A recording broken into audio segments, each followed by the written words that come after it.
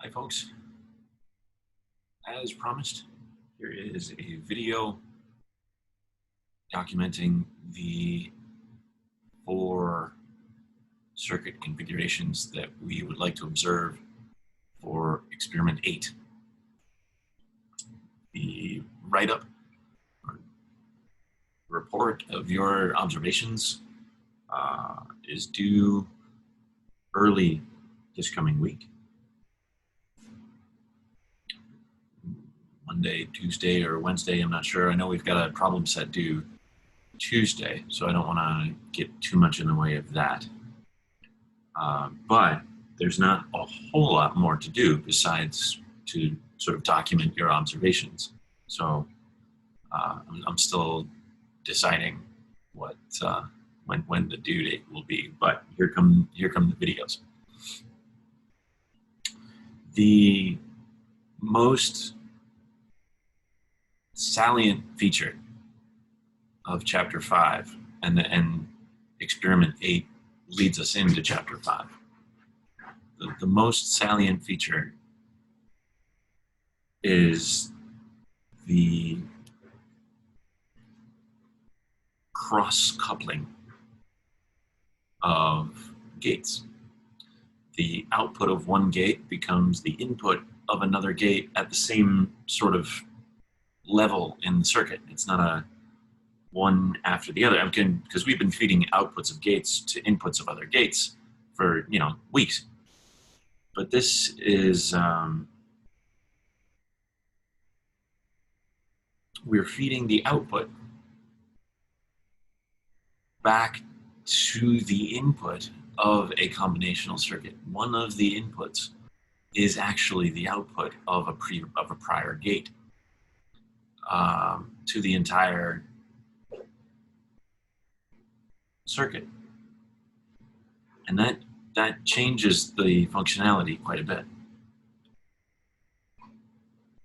So the sort of telltale sign as far as circuits go that we're talking about a sequential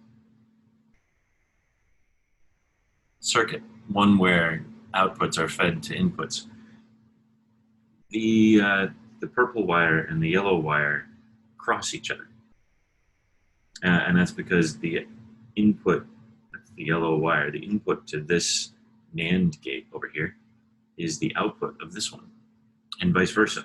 This purple wire takes the output of the NAND gate on the left and feeds it as an input to the NAND gate on the right, and they're quite literally cross-coupled. The wires cross in order to achieve that circuit architecture.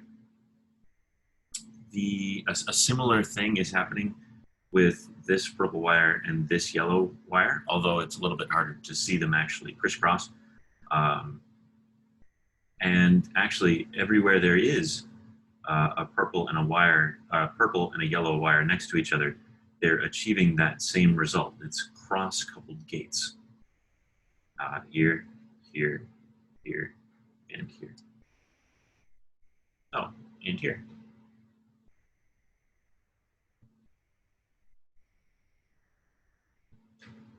Although there's quite a bit of cross-coupling going on in this last implementation. We'll get to that.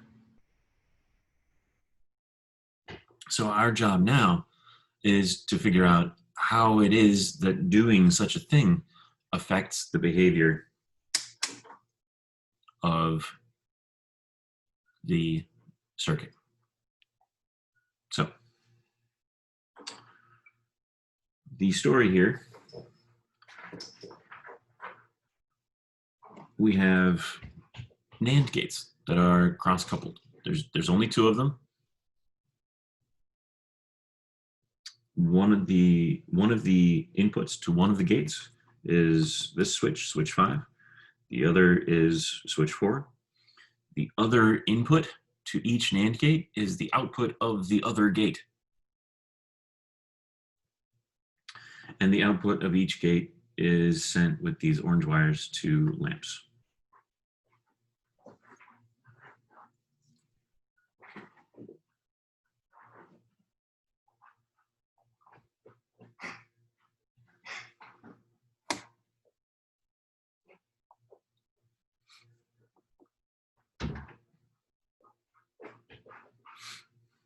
I've turned the breadboard on, and when the two inputs that we can call S and R, like set and reset, when they are both 1,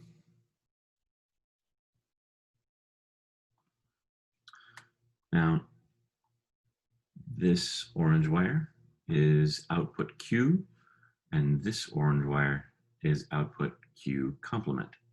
So we've got 4 and 0 are the only 2 lamps active right now. And right now it's true that Q complement is in fact the complement of Q, that the one output is the complement of the other. We are supposed to record the operation of this circuit in all configurations, but specifically when we transition from the state where both inputs are 1, we toggle each input switch to 0, and then that same switch back to 1, and we're supposed to observe what happens. So let's take a look.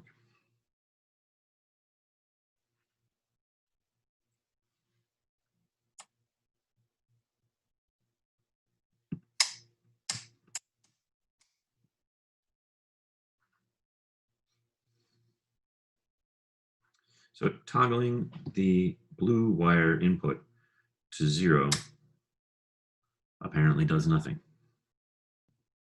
I'll put it back to 1. Toggling the reset input to 0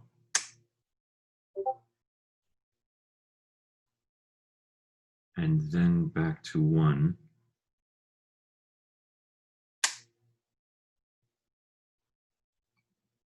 Okay. So we were in state, and the thing about sequential circuits is that we care about the sequence of states that the outputs or intermediate outputs, that we care about the state that the circuit is in and the sequence of states that it goes through. So a second ago, we were in state 1, 0. And when we toggled, I guess it's not going to change now. When we toggled reset to 0, that's when it changed. And now we're in state 0, 1. So we've set Q equal to logical 0 and Q complement equal to logical 1 because the light is on now. And now, no matter, like, the circuit is going to keep this state regardless of the input on the reset switch. We have reset the output to 0, and now it's going to stay there. And it's going to stay there until we toggle the set input.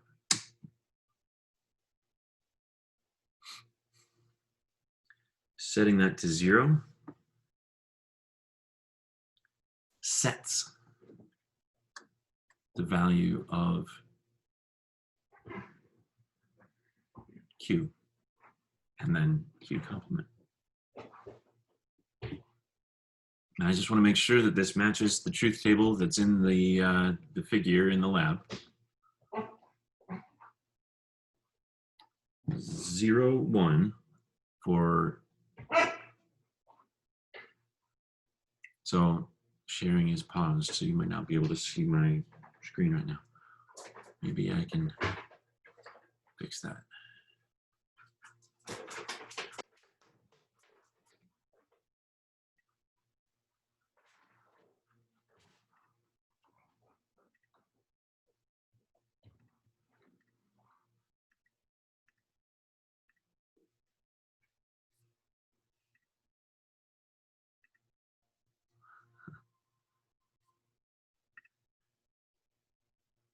Okay.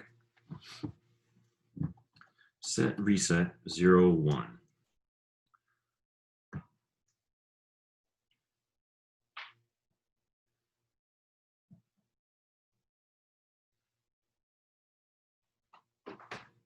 1, 0. That's what we've got. If we go back to 1, 1, nothing happens. And that's the fourth line of this truth table. If we set R to 0, we have that. And then if we go to state 1, 1, we're going to remain here. So state 1, 1 doesn't really do anything on its own. It preserves the state that we had a second ago. So we actually have two possible representations of state input 1, 1. It could look like this, or it could look like this. Both configurations are input 1, 1, because state 1, 1 is the like hold steady state, don't change anything. If we want to change the value of reset, we can do that. If we want to change the value of set, we can do that. And the last thing we want to sort of probe as far as the operation of this circuit, so far we've got 0, 1, 1, 0, 1, 1. The missing input condition is 0, 0. And if you're looking at the truth table, you can see that it says forbidden. And I'm a little bit curious why that might be. If we set both to 0, now we're saying that both Q and Q complement are logical 1, which doesn't make any sense. That this is a completely nonsensical state, and we would like very much to disallow it. It doesn't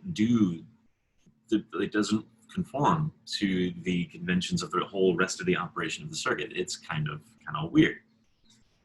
Now, we like this idea that we can set the value, set the state of a circuit, and then put us into like holding. State 1, 1 is like keep what you have.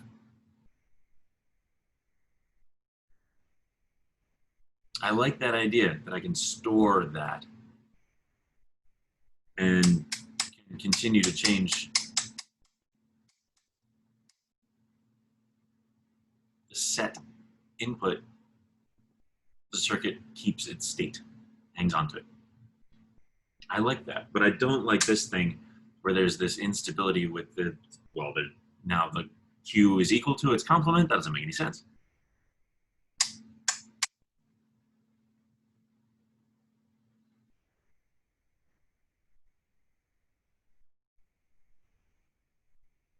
So I'd like to design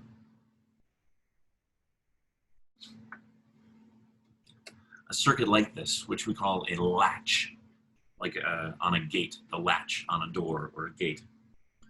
And when I say gate, I don't mean like circuit gate, I mean fence gate. The latch on a door. Can we change this value or can we not? Can we open the door or not? Is it latched?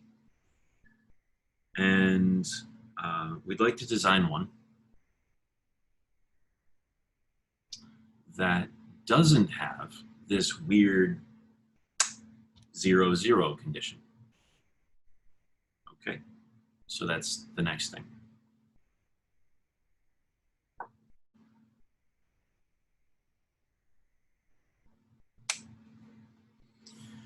I've turned the breadboard off. In the next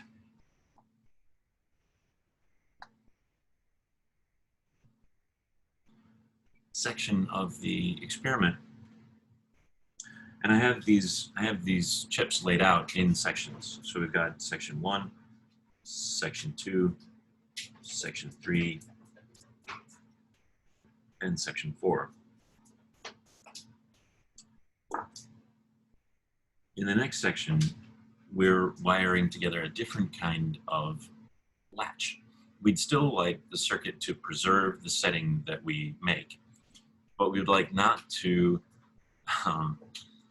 have this weird like complement 0, 0 situation. That's very strange. So we'd like to avoid that. I don't want to have to forbid an input condition because like if something goes wrong and my inputs become 1 or 0, 0, just for some reason something went wrong, and then I get some kind of wacky result, and that screws up the whole thing. So I'd like to preserve the latching function without needing forbidden conditions, forbidden input conditions. Okay, so let's track the function of this.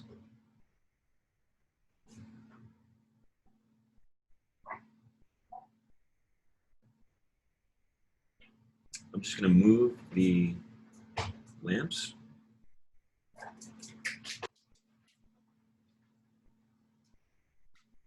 to the outputs of the D latch that's wired here.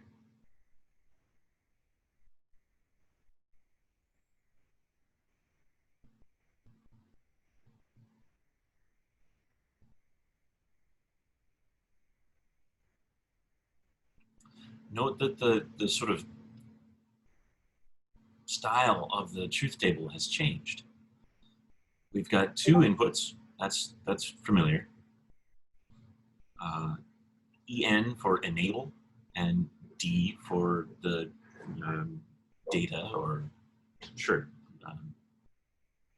door, or if we're talking about a latch, data usually. And what we're interested in is the next state of Q. And never mind its state now, we're interested in what it will be. And so it's not necessarily that it is a state, it's what will the next state be. We're looking sort of a state into the future. So I'll turn the circuit board back on.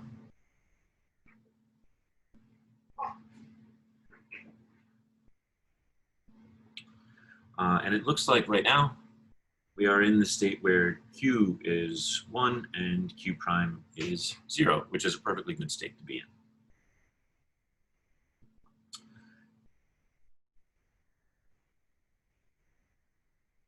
The orange wire is the enable input. The yellow wire is the data input. Now it's a slightly more complex circuit because now we need 2 chips. We need a 7400, and actually we could get by without. It's the 7400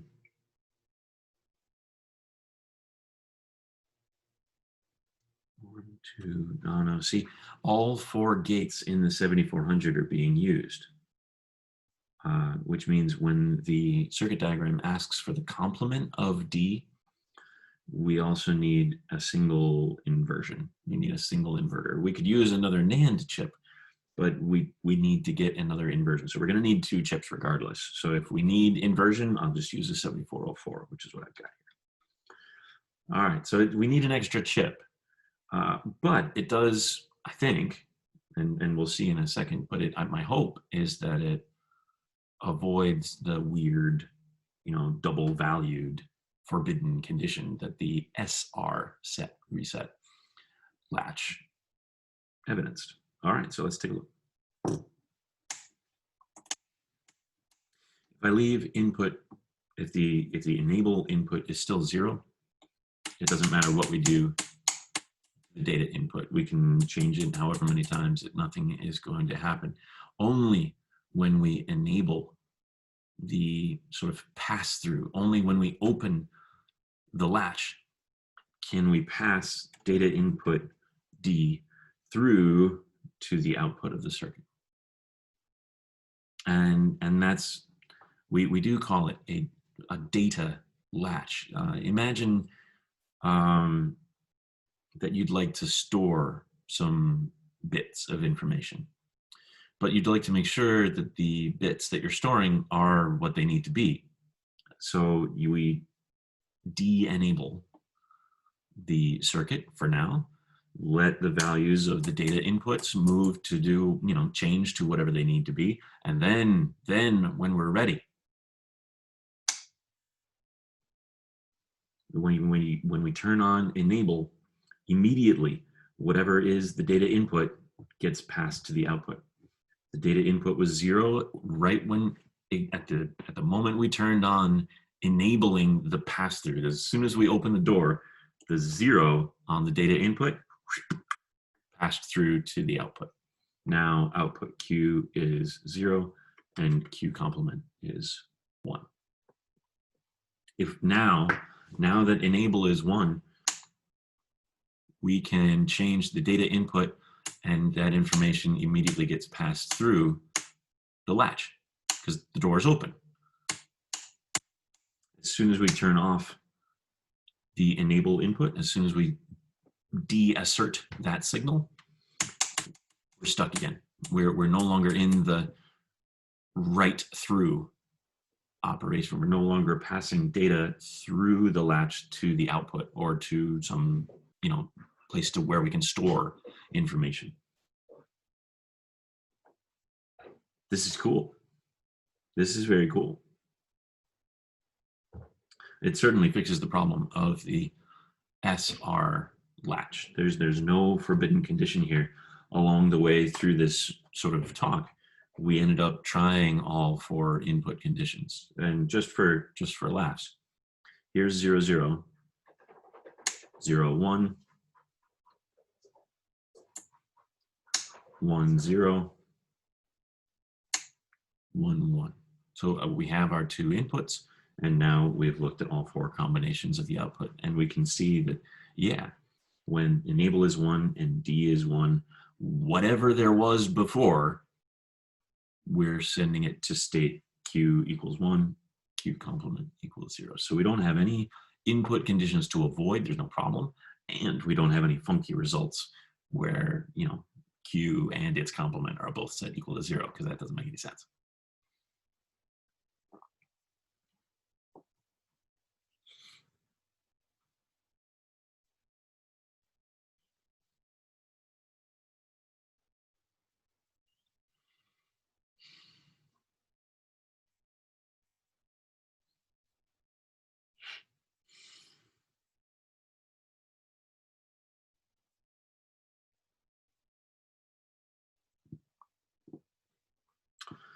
Now, what we have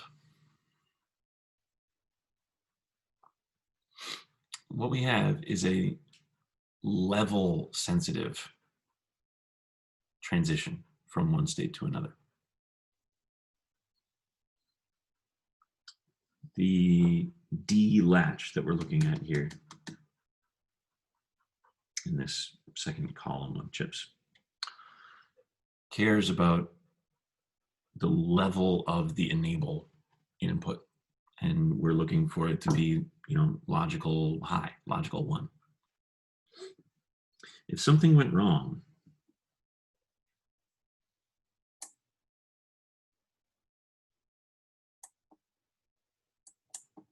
and we didn't quite, if the power dimmed somewhat, if we wanted logical 1, but the input on D became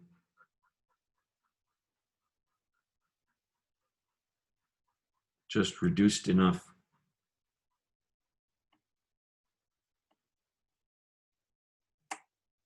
not quite transitioning,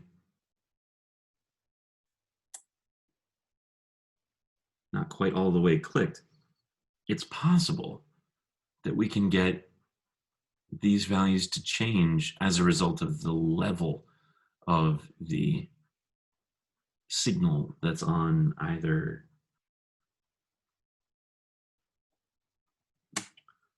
input.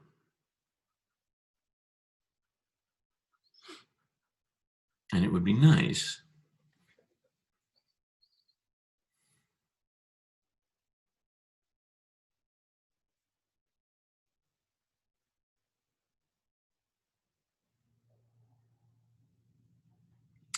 not to care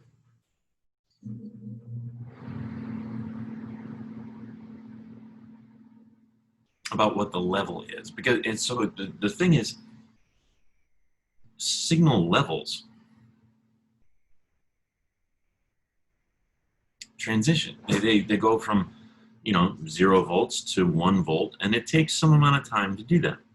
And if we have some propagation delay or some sort of, if there's enough circuitry here, it's possible that it can take a while to do that, and that the level of one of the inputs might not be what we need it to be or what we want it to be in time for us to use whatever we're trying to use.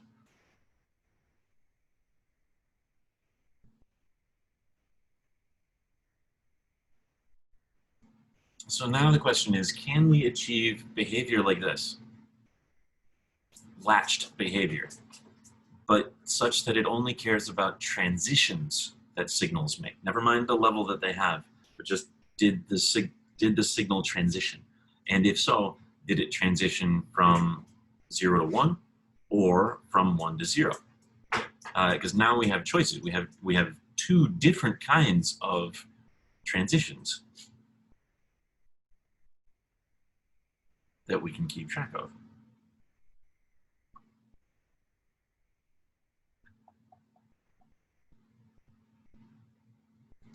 Let's take a look.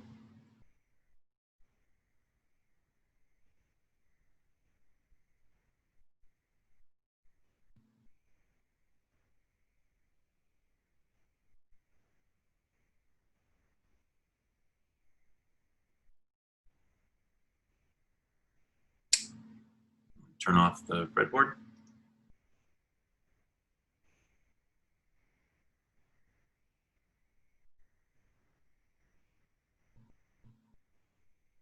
This circuit constructed here in section 3, I have called a primary secondary flip-flop.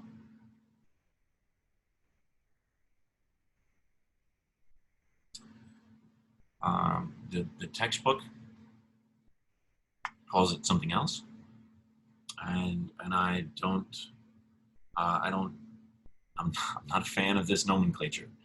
The diagram is labeled according to how the textbook labels it, and so here it is, and you can see it in the handout, but I'm not going to refer to it that way. Just know that when I refer to a primary secondary flip-flop, I'm referring to a sequential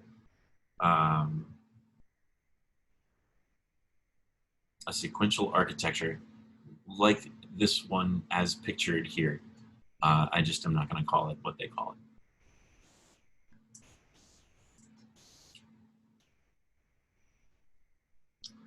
The first latch does what the D latch just did. So what we have is 2 implementations of this thing, where we have an enable input that tells us whether we can pass an input D through to the output or whether we can't.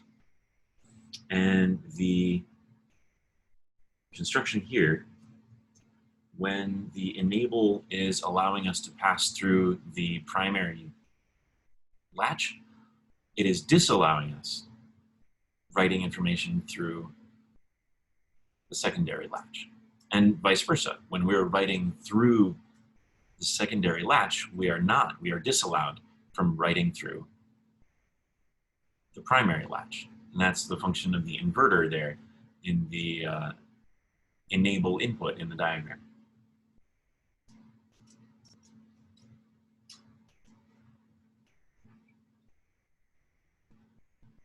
Okay. The last piece of the puzzle here is this brown wire right here takes the output of the secondary latch, the complemented output. It's the Q prime output of the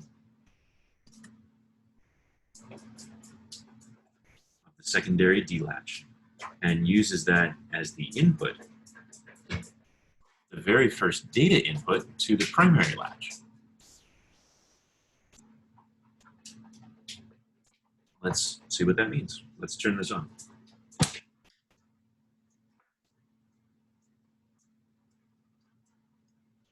Okay, right now we have nothing, which is fine.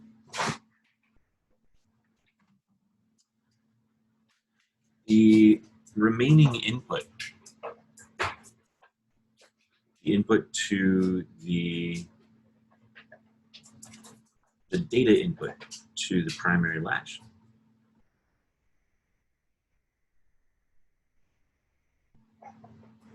And to this, and the inverted input to the secondary latch.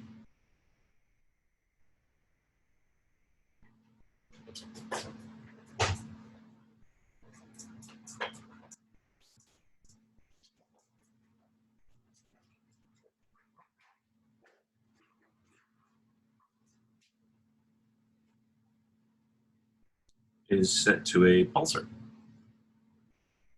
And we have the final output of the secondary latch as the other input to the primary latch. So let's see what happens.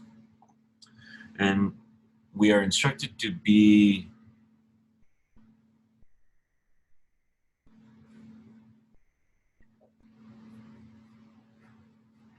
oh dear.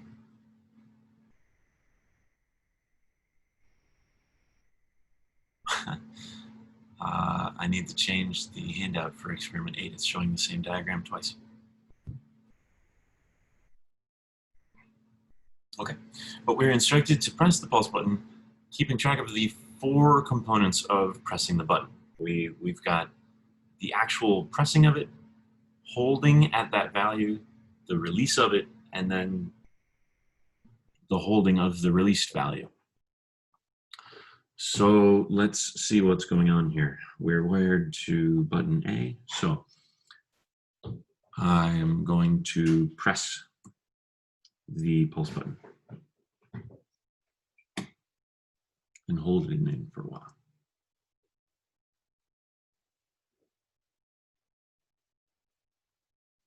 And then I'm going to release it.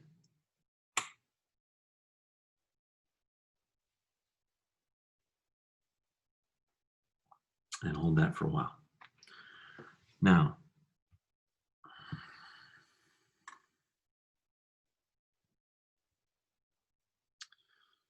this wire, lamp 0, is the output of the primary latch. And this output is the uncomplemented output of the secondary latch. All right. So let's try it again. I'll press the button, hold it in for a while. And it does seem like holding the value means a lot less than making the transition.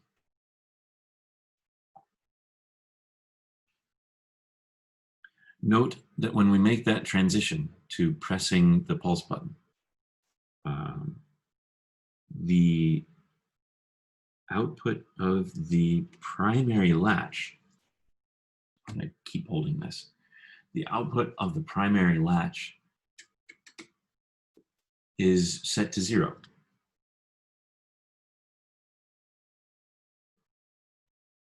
Okay, so I'll release.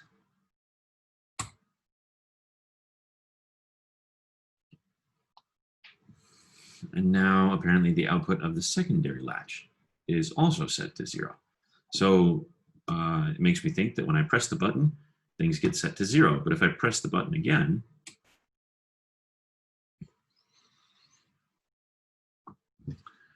the output of the primary latch is set now to 1.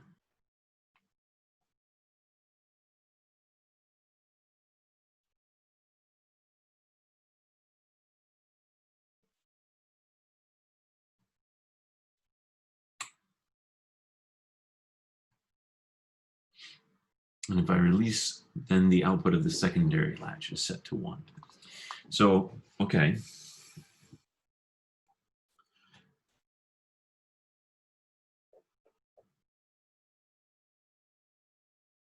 Anytime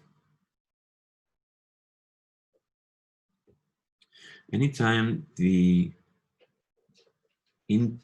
pulse input transitions from off to on, from 0 to 1, like now, our primary latch had its output set to the complement of the secondary latch output. So instead of setting it to 1, it was set to Q prime. It was set to the complement of the value, the output of the secondary latch. When the pulse switch makes the transition from 0 to 1, the secondary latch doesn't change. It stayed 1. Only when we release the pulse button and the pulse signal makes a transition from 1 back down to 0 is the output of the primary latch passed through to the secondary latch. Note that when we released the pulse button just now, the output of the primary latch didn't change, even though the output of the secondary latch changed, so its complement would change, and we would set the value 1 equal to the value of the primary latch. It's only when, think back to the D-latch operation here in section 2, only when enable was 1 could we change the value, could we write through the latch. And instead of the value of enable, here we're caring about the transition that the enable input makes. When it transitions from 0 to 1, that's when we care. Not that it's 1, but that it transitions. And we care that it makes a transition from 1 to 0, but not that it's 0.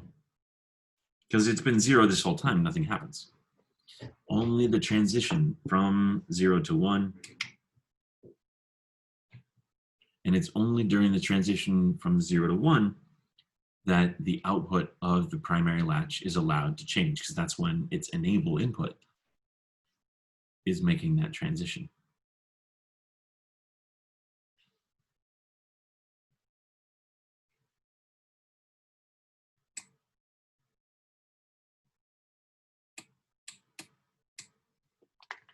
So I'm going to click through this a few more times so that you have evidence of it in the video without me talking.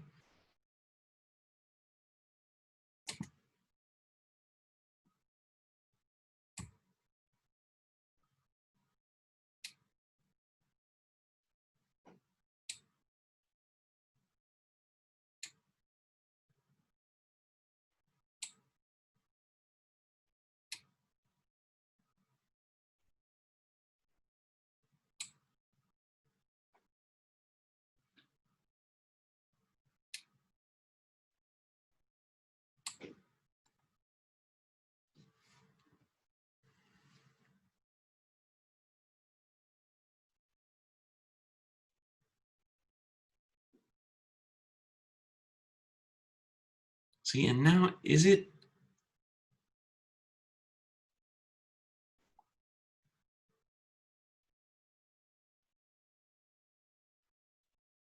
This is a kind of a complicated, this is kind of a complicated looking circuit, this primary, secondary flip-flop. We need an inverter.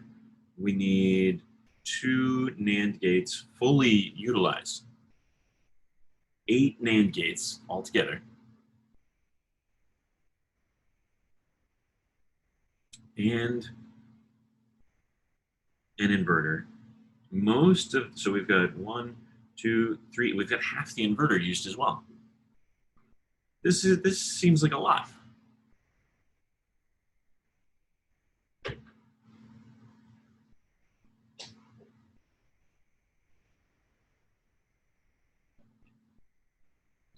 Maybe there's a nicer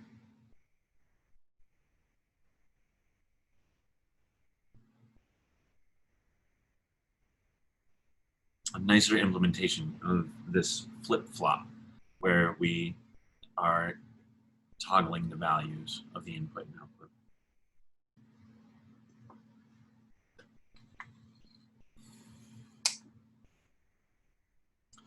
And that's what section 4 is about. So in section 4, we're talking about this arrangement here. And once I post the updated diagram, you can see that there is at the edge of at the right-hand side of the circuit diagram for the edge-triggered D flip-flop, there's an SR latch right there, just sort of part of the circuit. And the other gates, the other internal logic functions to make sure that the forbidden input is never had. There's never a condition where the inputs to the SR latch that live at the end of the D flip-flop are both 0 at the same time.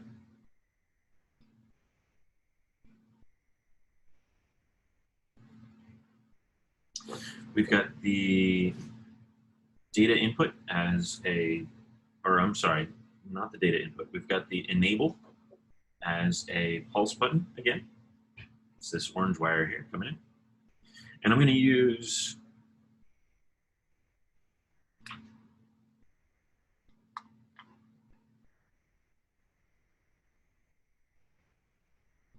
the same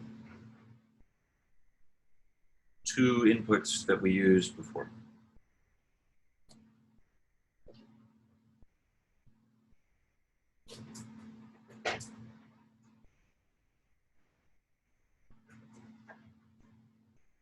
Oh, I'm sorry. I meant something else. The SR latch that we used in section 1, that wants to stay there.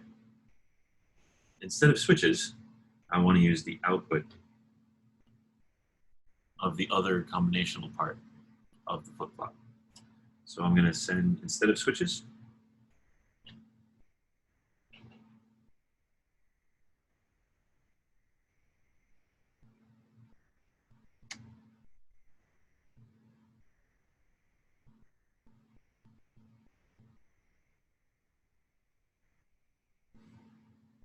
I'm going to use those 2 outputs, the output of the 3 input NAND and the output over here as well. This is our data input, switch 7 right here. And again, this orange wire is our enable.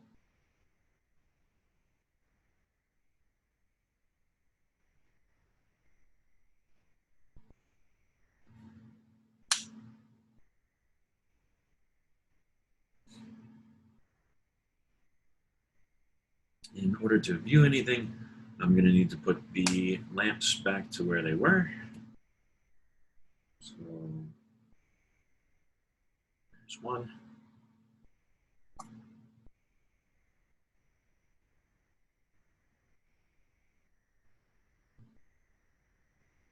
There's the other. All right. We're starting in the state where Q is equal to 1.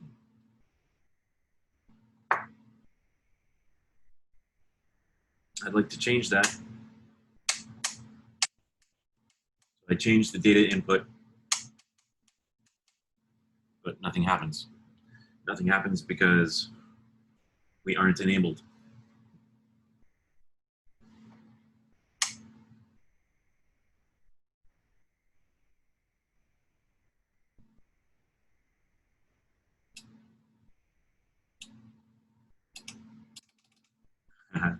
Nothing happens because we are inputting value 1 where we had already 1. Okay, so I'd like to feed in a 0.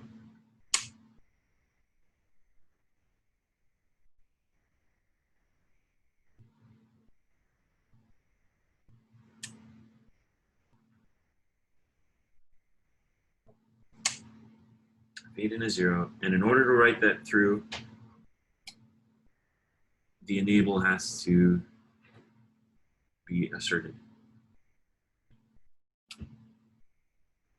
Release the enable, nothing happens. Okay.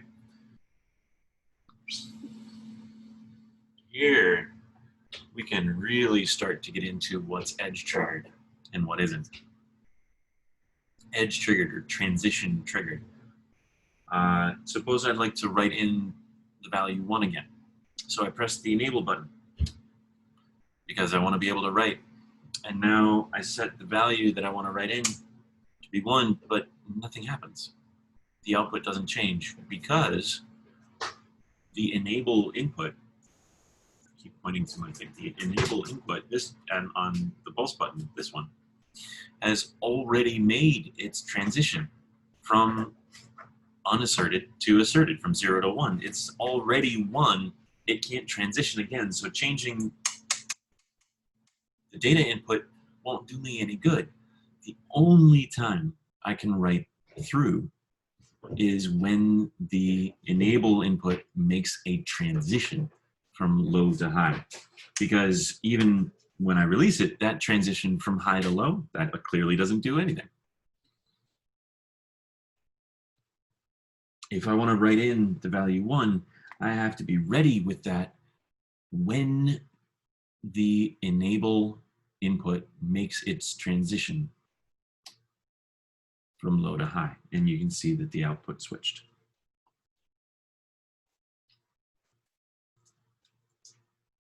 Once we are done making our transition, we can try to write through whatever we want.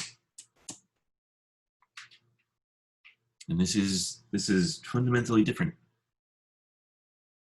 Fundamentally different from the level sensitive behavior of definitely the latches.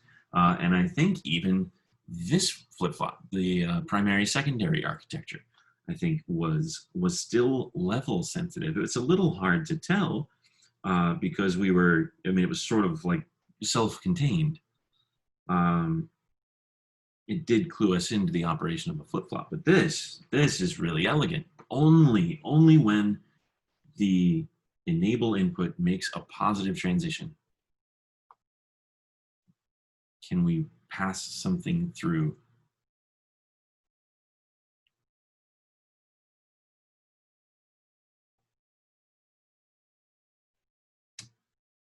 Otherwise, we can change the data input all we like. Nothing's going to happen.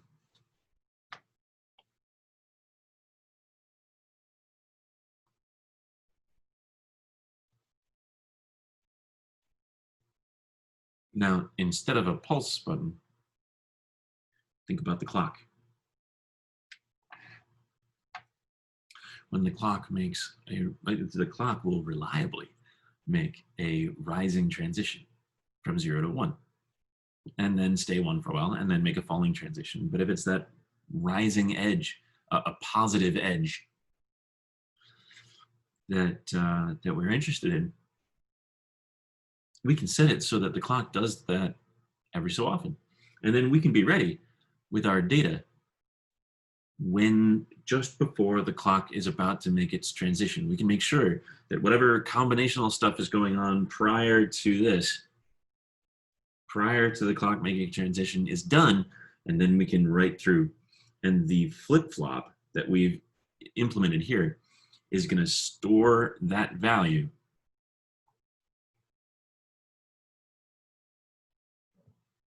until the data input is different when the clock makes a positive transition from 0 to 1.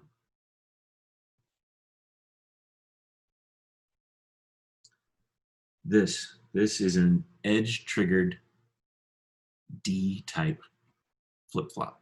One input is the data input. Whatever is here gets written through to the output Q. And this is the fundamental unit for Chapter 5.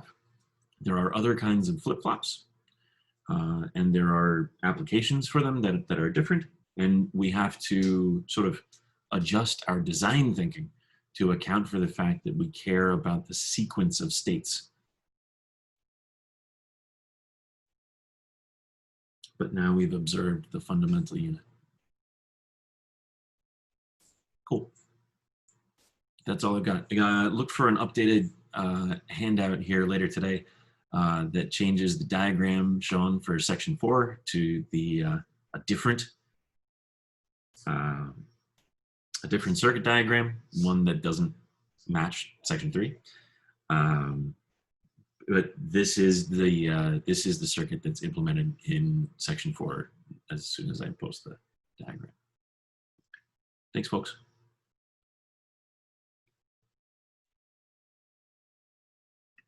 See you Monday.